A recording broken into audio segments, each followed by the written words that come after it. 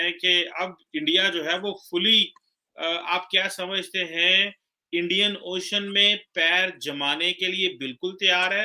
India के military designs जो हैं वो आहिस्ता-आहिस्ता सामने आते जा रहे हैं। तो वो जो एक इंडिया का पुराना चेहरा हुआ करता था, वो बदल रहा है। इसकी क्या वजह है? ये इतनी बड़ी इतना पैसा मिलिट्री पे लगाना, इसकी क्या वजह है? खतरात बढ़ गए हैं, ज़रूरियात ज़्यादा हैं या ताकत का मज़ा लेने का चाहते हैं? देखिए चीमा साहब, शो पे बुलाने के लिए धन्यवाद। और आपका अंदाज तो खैर सबसे अलग होता है। चलिए मुद्दे पे आते हैं। जो सबसे पहले जो इसे आईएसी कहते हैं, इंडियन मतलब, और जो हमने खुद डिजाइन किया है, right, autonomous aircraft carrier. Autonomous मतलब ये हमने खुद इंडिपेंडेंट डिजाइन किया है, आईएसी कहते हैं इसे। अब इसमें बात क्या है, चीमा साहब, ये जो है डिजाइन, ये नेवी डिजाइन ब्यूरो ने बनाया, कोई रशियन विशन डिजाइन नहीं। Navy design bureau is organisation within the navy जो ये डिजाइन करती है। हमने पहली बार 100% इंडिजिनियस डिजाइन, इंडिजिनियस मैन्युफैक्चरिंग से हमने एक एयरक्राफ्ट कैरियर बनाया। बाय द वे, इसको बनाने में 12-13 साल लग गए। 2 साल इसलिए लग गए कि एक खास किस्म का आयरन इसके लिए बनना था जो किसी कारणवश रशिया से नहीं आया। और रशिया से नहीं आया तो हमने फिर डीआरडीओ के साथ मिला के हमने फिर वो यही 2-1 साल लगे उसको डेवलप करने में। तो अगर देखा जाए तो मोटा मोटा 10 साल में ये बन के तैयार हुआ। कोचिन, जो हमारे कोचिन शिपयार्ड है लिमिटेड, उसने इसको बनाया है। तो पहली बात तो ये है। और अब ये जो एयरक्राफ्ट कैरियर बना है, ये हमारी लेगेसी स्टैम्प करता है कि India can now make its own aircraft carrier. Chhathi country है दुनिया में जिसमें ये कैपेबिलिटी। अब अमेरिका को लीजिए, रशिया को लीजिए, यूके, फ्रांस, चाइना, और उसके बाद हम है। और आपको दुनिया का थोड़ा सा समरी बता दो, एयरक्राफ्ट कैरियर्स की 41 एयरक्राफ्ट कैरियर है चीमा साहब टोटल दुनिया में, जिसमें से 11 और कोई कहते हैं 12 ओपन डोमेन में, 11 कोई कहते हैं 12 यूएस के पास है, और कुछ छोटे बड़े और यूएस के पास है। तो जो आधे से ज्यादा एयरक्राफ्ट कैरियर है यूएस के पास है। चाइना के पास 2 है, फ्रांस के पास 1 है, यूके के पास 1 या 2 है, इटली के पास शायद 1 आध है। 10-12 कंट्री एयरक्राफ्ट कैरियर कौन यूज करती, 1-2 है। तो अब जो सबसे बड़ा बेड़ा है वो अमेरिका के पास है। अब चाइना के पास अभी जो ऑपरेशनल कैरियर है वो 2 है, अभी उन्होंने तीसरा कमीशन किया है। तो मतलब मोटा मोटा उनके पास 3 हो गए जो उनके ऑपरेशनलाइज्ड है। हाँ, उनका जो इंडिजिनियसली डिजाइन कैरियर है ये क्लेम करती है जो तीसरा वाला फुजियान है, बट अभी इसके बारे में कुछ मीडिया में कुछ ज्यादा खबरें हैं नहीं। आप तो जानते हैं ना, चाइना ब्लैक बॉक्स अंदर क्या है क्या नहीं कुछ नहीं पता लगता। ये तो आप अंदाजे लगाओ क्या है क्या नहीं है। हमारा जो एयरक्राफ्ट कैरियर है इसमें 262 मीटर की लेंथ है, 62 मीटर इसकी डेप्थ है, और ये 45,000 टन का इसका वाटर डिस्प्लेसमेंट है, जो एक क्राइटेरिया होता है। इसमें सरफेस टू एयर मिसाइल्स लगे, करीब 35 जहाज फिक्स्ड विंग वाले, रोटेटिंग विंग वाले, ये हैंडल कर सकता है। और it has driven on a conventional engine. क्योंकि अगर आप यहाँ आप कंफ्यूज मत हो जाइएगा, न्यूक्लियर वाले दुनिया में सिर्फ कैरियर यूएस के पास है और फ्रांस के पास है। उसके अलावा न्यूक्लियर पावर्ड कैरियर किसी के पास नहीं, चाइना के पास नहीं है। इनफैक्ट चाइना का जो फुजियान है स्टीम पावर्ड है। Steam is still lesser than a conventional power. तो स्टीम पावर इसकी बहुत लिमिटेशन बना देता है इसे। और बात तो जो हमारा एयरक्राफ्ट कैरियर है, ये देखिए हमारे साथ दो साइड में कोस्ट है, यहाँ और वहाँ। अब 2 कैरियर होते हुए हम दोनों साइड के कोस्ट को मॉनिटर और गार्ड कर सकते हैं। उसके अलावा हम एक तीसरे कैरियर और चौथे कैरियर की भी बात करें। और चीमा साहब यहाँ आपको बता दूं, आज हमारे पास इतनी कैपेबिलिटी है, जो हमारा नया एयरक्राफ्ट कैरियर है, अगर इसके साइज और स्पेक्ट हम कैरियर बना चाहिए, कोचिन शिपयार्ड हमें कहते हैं मैं 5 साल में बना के दूंगा। अब आपने कीमत की बात की, केवल 5 साल, 5 years we can get it up and running now with the technology we have. और इससे बड़ा, और ये जो हमने पैसा लगाया, करीब करीब $3 बिलियन लगाया, और मोटा मोटा आप देखें तो $3 बिलियन, अगर आपको $600 बिलियन का रिजर्व पड़ा, $3 बिलियन इज 0.5% रिजर्व, कोई बहुत बड़ी अमाउंट नहीं है ये सिक्योरिटी को देखते हुए। और इससे बड़ा एयरक्राफ्ट कैरियर जो है, जो करीब 80,000 टन से 1 लाख टन का होता है, 60-65 जहां तक आप जाना चाहिए, उसके लिए हमारे पास by this year end Cochin में एक ड्राई डॉक बनाना पड़ता है इनके लिए। कोचिन में हमने एक ड्राई डॉक बना ली जिसमें हमने 1,700 करोड़ 1,700 करोड़ का खर्चा कर चुके हैं। उस ड्राई डॉक के आते ही हम अब 2 कैरियर साइमल्टेनियसली बना सकते हैं, एक बड़ा और एक छोटा। छोटा वाला तो 5-5 साल में निकलता रहेगा, बड़ा वाले का भी टाइम 8 से 10 साल है। हाँ, और इसमें जो एक डिफरेंस है, इसमें एक हम कहते हैं जो इसका ये फ्लैट डेक वाला नहीं है, ये ऐसे वाला है, राइट। तो जो यूएस वगैरह के हैं वो फ्लैट डेक वाले, चाइना का जो फुजियान है वो फ्लैट डेक वाला है।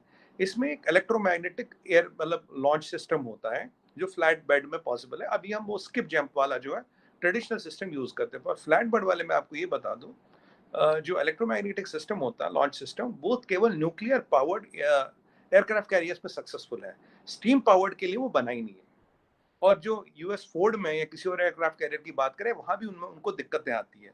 इनफैक्ट यहाँ मैं आपको रिकॉर्ड के लिए बोल दूं, डोनाल्ड ट्रंप ने हमें ये टेक्नोलॉजी ऑफर की थी, हमने मना की, एक कॉस्ट ज्यादा था, और ये न्यूक्लियर पावर्ड जो एयरक्राफ्ट कैरियर उन पर सक्सेसफुल है। और जो अमेरिका के एग्जिस्टिंग कैरियर्स पे जो ऑलरेडी उनको दिक्कतें आ रही है, तो हमने ये मुनासिब नहीं जाना कि हम इसको यूज करें। अब जितनी भी इसमें टेक्नोलॉजी लगी है सब अपनी डेवलप्ड है, सब हमारी डेवलप्ड है। हमारा ये मानना है कि अगर 3 एयरक्राफ्ट कैरियर हो गए, अगर एक रिपेयर्स मेंटेनेंस के लिए भी जाता, 2 हमेशा ऑन होंगे।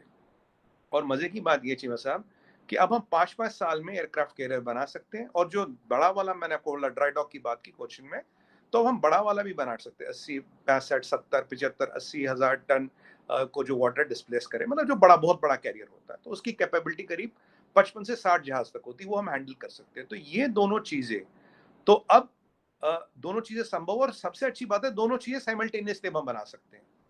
तो अगर हम आने वाले टाइम में चाहे, जो चाइना का प्लान है वो कहते हैं भाई 2050 तक हमें 10 एयरक्राफ्ट कैरियर करने हैं, मतलब बनाने हैं। और देखिए 10 एयरक्राफ्ट कैरियर बनाने, और तब तक यूएस के तो शायद 20 25 30 हो जाएंगे, ये 10 वर्ष तक पहुंच जाएंगे। और अब हम चाहें तो उससे कम टाइम में हम 10 से ज्यादा एयरक्राफ्ट कैरियर बना सकते हैं, क्योंकि इंडिजीनियस कैपेसिटी डेवलप करना, इसमें 75 more than 76% of the component is indigenous, state of art है सब चीज़ इसमें। और जो इलेक्ट्रोमैग्नेटिक वो जो लॉन्च सिस्टम होता है, शायद हो सकता है आने वाले टाइम में हम वो भी डेवलप करें अगर हमें लगे। वैसे भी हम इलेक्ट्रिक प्रोपल्शन, एक जो होता है इलेक्ट्रिक प्रोपल्शन होता है in between nuclear and conventional, उसमें हम ऑलरेडी काम कर रहे हैं। And we have some contracts, we have signed some MoUs by the way, we already signed the MoUs for that. If we want the next one can be ना electric propulsion वाला system हो सकता है। Nuclear power की भी बात हो रही है, चल रही है, देखिए कहाँ तक बढ़ती है बात, कहाँ तक नहीं चलती बात।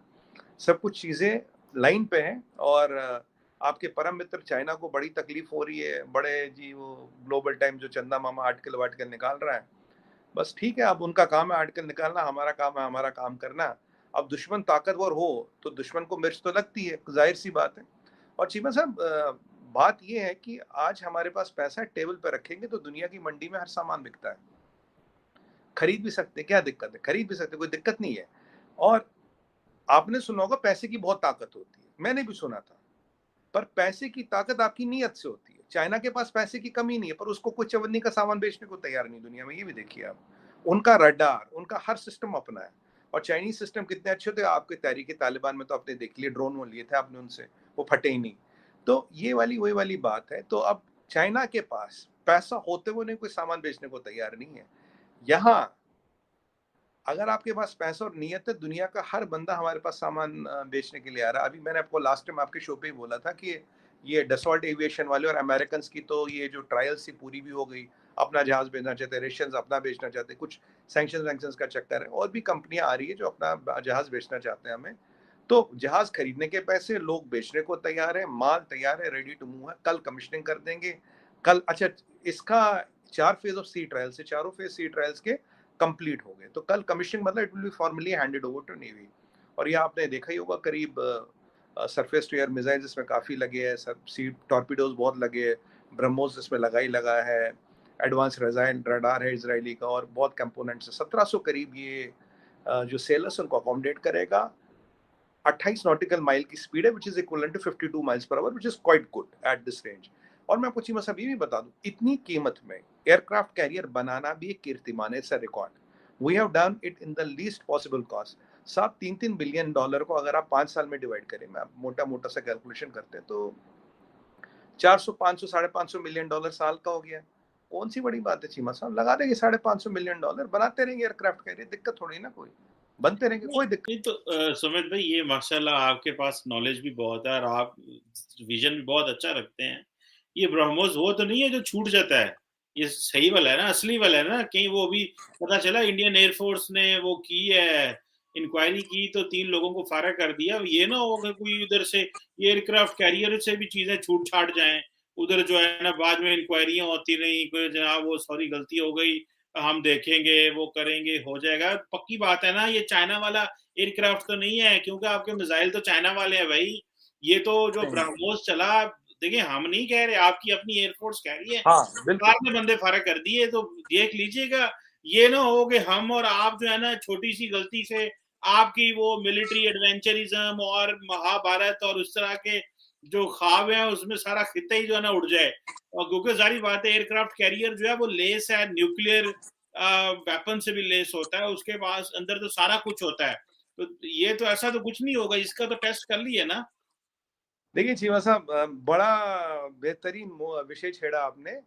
मैं पहले दिन से आपके चैनल पे और बाकी चैनलों पे बोला था ये एक्सीडेंट था। अब ये प्रूव हो गया क्योंकि 3 लोगों को टर्मिनेट किया गया। तो एक्सीडेंट वाला लॉजिक वो हो गया, और the accident was not a systemic failure, it was a SOPs way bypass.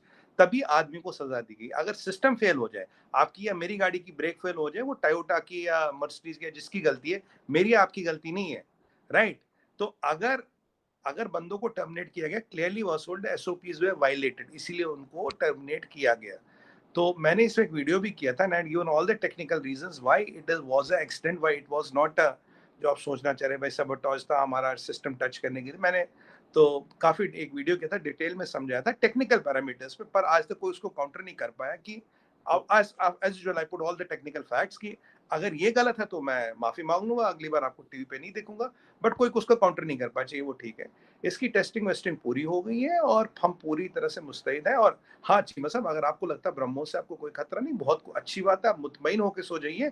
BrahMos से कुछ नहीं यार, फुल जड़ी आप छोड़िए ना, जिस दिन आएगी उस दिन पता लग जाएगी। अगर मैं नहीं, तो वो चाहता तो हूँ ना मैंने, आए। अच्छी बात है, मैं तो मैं खुश हूँ इंडिया तरक्की कर रहा है, लेकिन बाद में ये ना होगा हम हमारे से छूट गया। नहीं, ये और नहीं आपने करना, प्लीज प्लीज ये नहीं करना। यहाँ पे जानों का खतरा हो सकता है। ठीक है, आपका दिल तो बड़ा करता है मिलिट्री ताकत भरने में, भारत का छूट ना जाए बस कोई चीज, ये नहीं, टेंशन। मैं चीमा साहब, आपने एक बड़ी अच्छी बात कही थी इसमें कि भाई चाइनीज एयरक्राफ्ट कह रहे हैं, तो आप भी मानते हैं चाइनीज? हाँ हाँ, सही है। हाँ ठीक है, ठीक है, नहीं, मैं चलिए। क्या मानता, मैं तो आपसे इन चीजों पे एग्री करता हूँ। चाइना की बहुत सारी चीजें जो है, बल्कि कल चाइना के ऊपर जो रिपोर्ट आई है कि चाइना ने, वो जो यूएन ने जनीवा से रिपोर्ट जारी की है, the Chinese may have committed human rights violations in Uyghur. Sir वो तो मैं तो उसके ऊपर बात करना चाहता हूँ, मतलब द वर्ल्ड शुड चीमा साहब, दिस। मैं तो रिपोर्ट जी जी। रिपोर्ट तो डायरेक्ट आई है सर। रिपोर्ट में तो लिखा क्या क्या हुआ, मैंने पढ़ी रिपोर्ट। और अगर आप देखें, मैंने इस पे 50 से ज्यादा शो किए होंगे। मैंने ये सब चीजें जो आपको बोली है और चैनल्स पे, अपने नेशनल टीवी पे बोली, वो सब चीजें उसमें हैं कि भाई ये चीज हुआ है। मतलब ये तो मैं आपको कह ही रहा हूँ। मैंने कल भी अपने टीवी पे बोला, मैंने कहा ये तो भी मुसलमानों का जेनोसाइड कर रहा है चाइना। ये तो मैंने कल भी यही बोला कि आज इस टाइम में भी मुसलमानों का जेनोसाइड चाइना में हो रहा है। It is not a hypothesis, ये फैक्ट अब तो यूएन भी कहता है। रिपोर्ट बाकायदा जारी हुई, हम तो कहीं काफी टाइम से कह रहे हैं। तो चीमा साहब देखिए, वो एक एक्सीडेंट था, और यहाँ पे हमें कोई, आपकी देखिए, हमारी आपकी जमीन पे कोई नजर नहीं है। We are not eyeing your land, ये हमारी हमेशा स्ट्रेटजी से रही है, हमें कोई आपकी जमीन पे नजर नहीं है। तो आप निश्चिंत होकर रहिए। बट हाँ, अगर हमारी जमीन पे कोई आएगा तो उससे निपटने की पूरी सलाहियत, तरबियत और औकात रखते हैं। बिल्कुल नहीं, बहुत अच्छी बात है, अपनी लैंड को प्रोटेक्ट करना, अपने लोगों की हिफाजत करना हर मुल्क का फर्ज है। इसी जी, तरह भारत की फौज का, भारत के लोगों का ये पूरा हक है कि वो अपनी लैंड जो उनकी वो है उसको करें। बस हमारा कश्मीर छोड़ दें तो बाकी खैर है, कोई मसला नहीं है। आप जो है ना, जो मर्जी बोले, कश्मीर में मैं हमारी कह रहा हूँ, मकबूलियत। देखिए चीमा साहब, कश्मीर पे एक ही चीज बोलूंगा आपको। देखिए, अब देखिए, मैं कोई गवर्नमेंट में तो बैठा नहीं हूं, ना मैं गवर्नमेंट का रिप्रेजेंटेटिव, बट इतना बोलूंगा आपको, अगर आपको लगता है कश्मीर जो पीओके है वो आपका पार्ट है, तो आप निश्चिंत होइए, कुछ नहीं होगा। अगर आपको लगता है वो आपका पार्ट नहीं है और हमारा है, तो आपके लिए चिंता का विषय है। आई रेस्ट माई केस। नहीं नहीं, वो ऐसी कोई बात नहीं है, हमें पता है वो कश्मीरियों को, हम तो कहते हैं कश्मीरियों पे छोड़ दें, लेकिन आप मानते नहीं है। चलें, कोई नहीं।